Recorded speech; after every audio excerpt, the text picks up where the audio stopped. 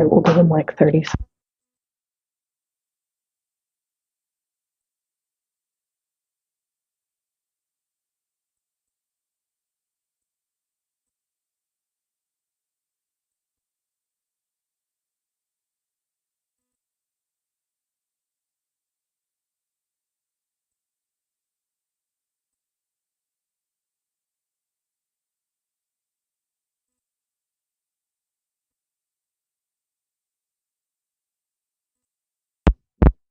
I'm Michelle Hackett with the Sioux Falls Police Department. Last name Hockett. Just going over the media log. Yesterday in the area of 33rd and Duluth at approximately 3:13 in the afternoon, there was a vehicle versus house crash that had occurred. It was a medical event. No one had any serious injuries, and they were not transported to the hospital.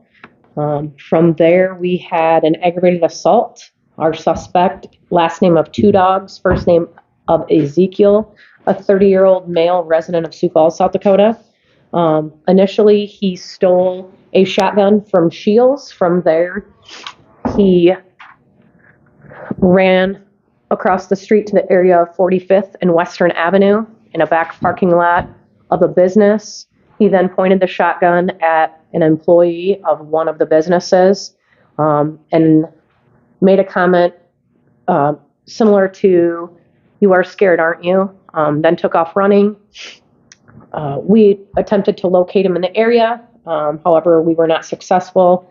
But within a short time, a vehicle was stolen in the area of Augustana College. That person matched the description of our suspect from Shields and from the aggravated assault. Eventually, that vehicle was located in the 400 block of North Spring, and the suspect was taken into custody. We also had, there was a terroristic threat at the Frying Pan on West 41st Street. Someone called in a bomb threat that was not founded. The suspect, last name of Sutton, Sutton, first name of Logan. He is a 24-year-old male resident of Sioux Falls, South Dakota.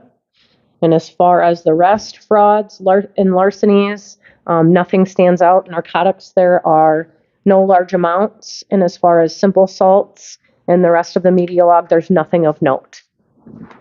Does anybody have any questions? Yeah, so for the Shields incident, Yep. You said there was a shotgun stolen, and then he went to another business. Do you know the name of the other business? I don't. It was across the street to the east. Okay. So in the area of the strip malls across the street, in the back of the business, there were employees standing, and he then pointed the shotgun at one of the employees. So how was it found that he stole the shotgun? Shields employee? Yes, because Shields is right across. Yep, Shields is right across the street.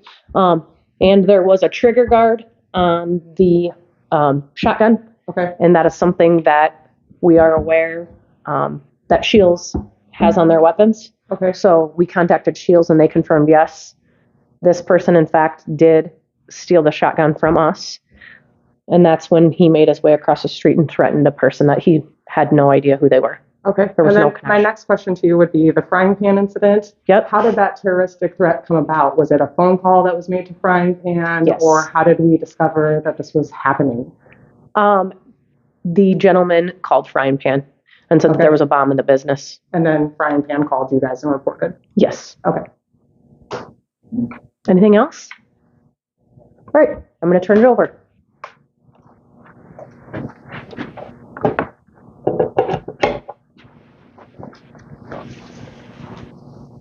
You need a couple more seconds? Yes, please. All right.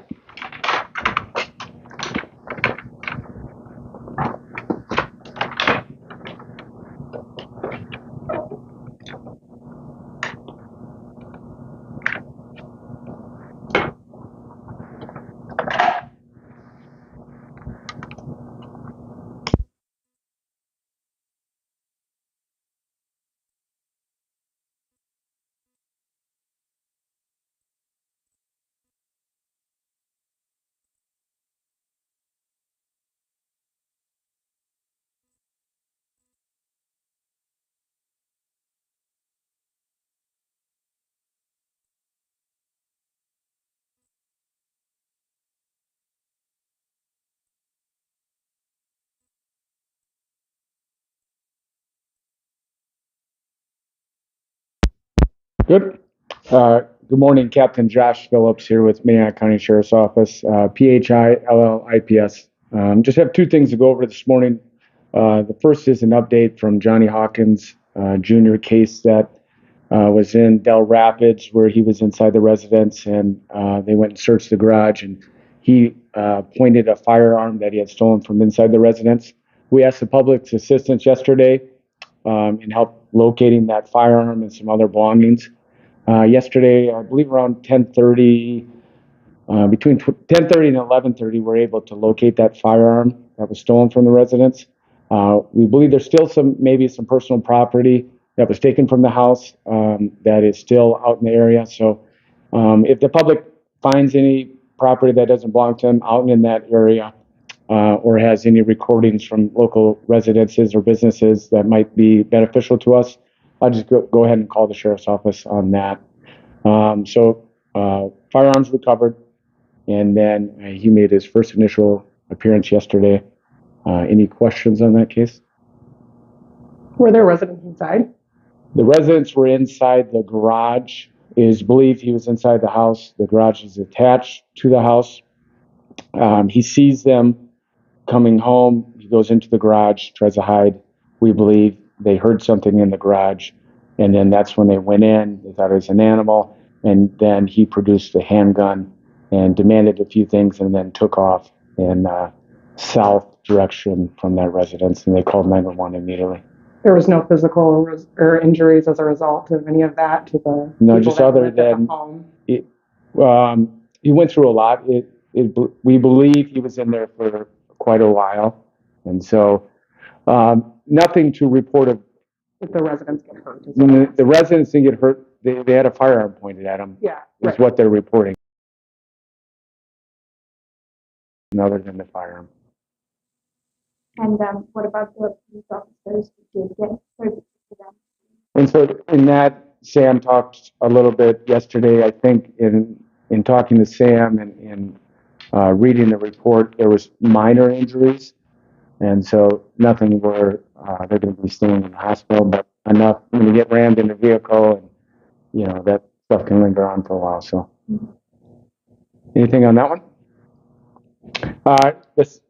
Go. No, okay. The second one we're going to talk about, we have posted on our Facebook and Twitter about an opportunity if you have a warrant that on Friday and Saturday, so Friday from 5 p.m. to 9 p.m., so December 8th, Friday, and Saturday from 12 p.m. to 4 p.m., if you have a warrant, you can turn yourself in to the county jail, and that warrant fee will be waived, and then you will be scheduled. We'll kind of use next week as it kind of space those out, and you'll go to court then that following week. So it's an opportunity for you to get, if you have a warrant, you can go to gotwarrants.org, check your status of your warrants. If you have a question on your warrant, you can always call the jail, the sheriff's office.